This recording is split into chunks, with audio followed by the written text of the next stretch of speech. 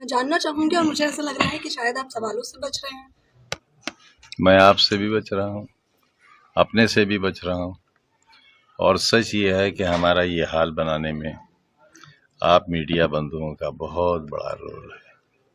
जब आप किसी का मीडिया ट्रायल करते हैं तो बगैर कब्र के उसे दफन कर देते हैं, बगैर गुनाह के उसे फांसी चढ़ा देते हैं। ऐसा ही कुछ हमारे साथ भी हुआ है।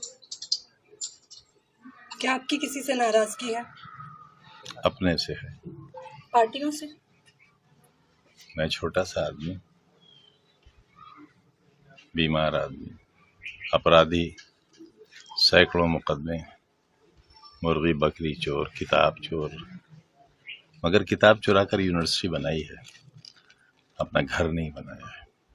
अगर ये इल्जाम सच्चा है तब भी दफाएं डकैती की लगी हैं। एक ही मुकदमे में 21 साल की सजा और 34 लाख रुपए का जुर्माना है, एक मुकदमे में। अभी तो 113 का फैसला बाकी है। सर, आपने अभी एक बयान में कहा था, एक इंटरव्यू में कहा था कि इंडिया गठबंधन में मुसलमानों का रिप्रेजेंटेटिव नहीं है। उसको क्या देखते, क्या फ्यूचर मुस्लिम राजनीति वो ये बात नहीं थी, वो कुछ और बात थी, आपने समझी गलत। आप जब खुद को, बल्कि आपके चाहने वालों के लिए आप एक बहुत बड़े और मुखर नेता हैं, लेकिन आप जब खुद को एक छोटे अपराधी हैं। हम जाने गए देश में भूमाफिया के नाम से, देश के 3 बड़े भूमाफिया।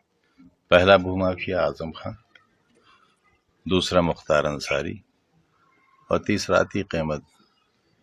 उनमें मैं जिंदा बच गया हूँ। कब तक जिंदा हूँ ये मैं भी नहीं जानता। ये तो आरोप लगा रहे हैं, आप सत्यता क्यों बता रहे हैं इन्हें? यही सच है, इतिहास यही पढ़ा जाएगा, अदालतों के फैसले पढ़े जाएंगे, और शायद इसके बाद मुझ जैसा हिम्मत नहीं करेगा कोई ऐसे काम करने की। कोई बच्चियों की स्कूल नहीं खोलेगा, कोई यूनिवर्सिटी नहीं बनाएगा। ये नुकसान मेरा नहीं हुआ है, मानवता का हुआ है। मैं तो मर जाऊंगा, इतना बड़ा विश्वविद्यालय छोड़कर चला जाऊंगा, खाली हाथ जाऊंगा।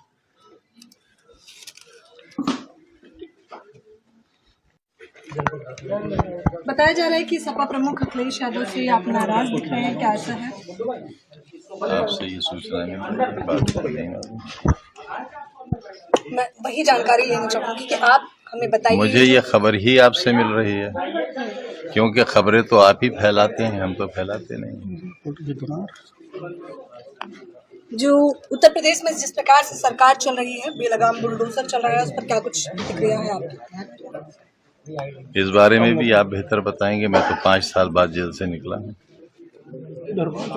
लेकिन इस बात पे तो आप मुहर लगाएंगे कि किस प्रकार से तानाशाही रवैया देखने को मिल रहा है। हमारे हाथ में मुहर होती तो लगाते, हाथ ही नहीं है तो मुहर काहे से लगाएंगे। अब राजनीति में तस्वीर क्या होने वाली है? अभी तो सेहत ठीक करनी है, उसके बाद देखेंगे। आंखों का इलाज करना है, अपना करना है, तस्वीर देखने के काबिल अपने को बनाना है, तब बता पाएंगे। सर, सीजेआई पे हमला होता है, उसके बारे में क्या? अच्छी बात नहीं है, सहनशीलता की कमी है। वो सहनशीलता होना चाहिए जो मेरे प्यारे नबी में थी, हम में भी और औरों में भी। जब आप बात नबी की कर ही रहे हैं तो आपने वो तस्वीर नहीं, उस इशू पर नहीं मैं कह सकता। आई लव मोहम्मद वो उलमा करेंगे, मैं आलिम नहीं। कल अखिलेश यादव का प्रोग्राम में क्या रहेगा, क्या आपकी तैयारी? मुझे कुछ नहीं मालूम, तशरीफ ला रहे हैं, मिलेंगे बस, और क्या। कोई उसमें कोई इशू थोड़े है, एक नॉर्मल सी मुलाकात है। कौन कौन उनके साथ रहेंगे, कुछ तरह का डिसाइड हुआ? नहीं, तन्हा।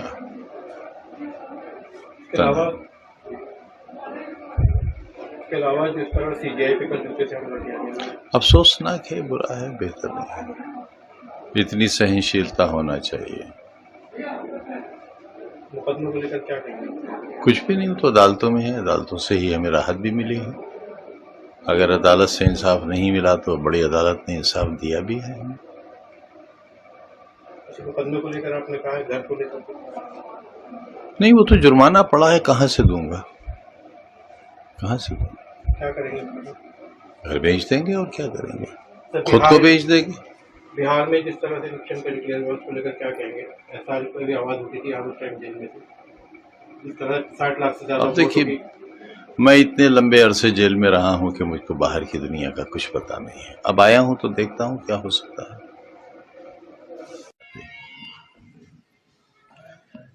रहने को एक कमरा भी नहीं है, गेस्ट हाउस में जगह नहीं मिलती, कहाँ जाऊं? कुछ कमाया होता तो होता, जो कमाया उसकी सजा पा रहा हूं। तो आप कह रहे हैं कि राजनीति में ईमानदारी होने का खामियाजा भुगतना पड़ रहा है। कपड़ों से पहचाना जाता, सजा तो मिलेगी।